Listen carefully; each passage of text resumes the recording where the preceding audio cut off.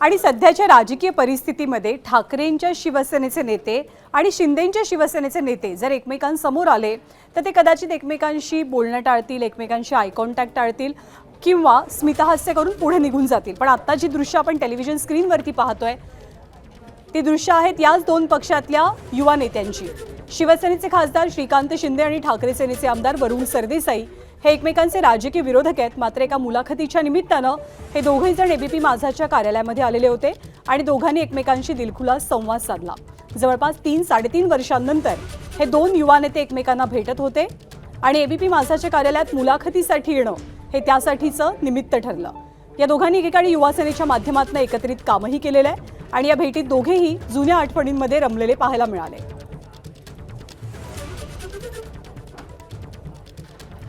वरुण सरदेसाई यांनी coffee with Kaushik या कार्यक्रमात या भेटीबद्दल बोलताना नेमकी काय प्रतिक्रिया दिली ती सुद्धा पाहूया।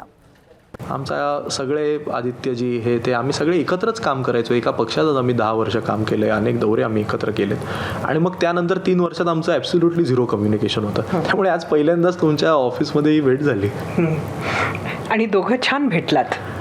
आता कसं असतं, समोर आल्यावर आता अजून मला वाटतं की तेवढं ह्युमन हे तर आपण ठेवलं पाहिजे, ह्युमन डिसेन्सी त्यांनी पण ती जपली आणि मी पण ती जपली पाहिजे।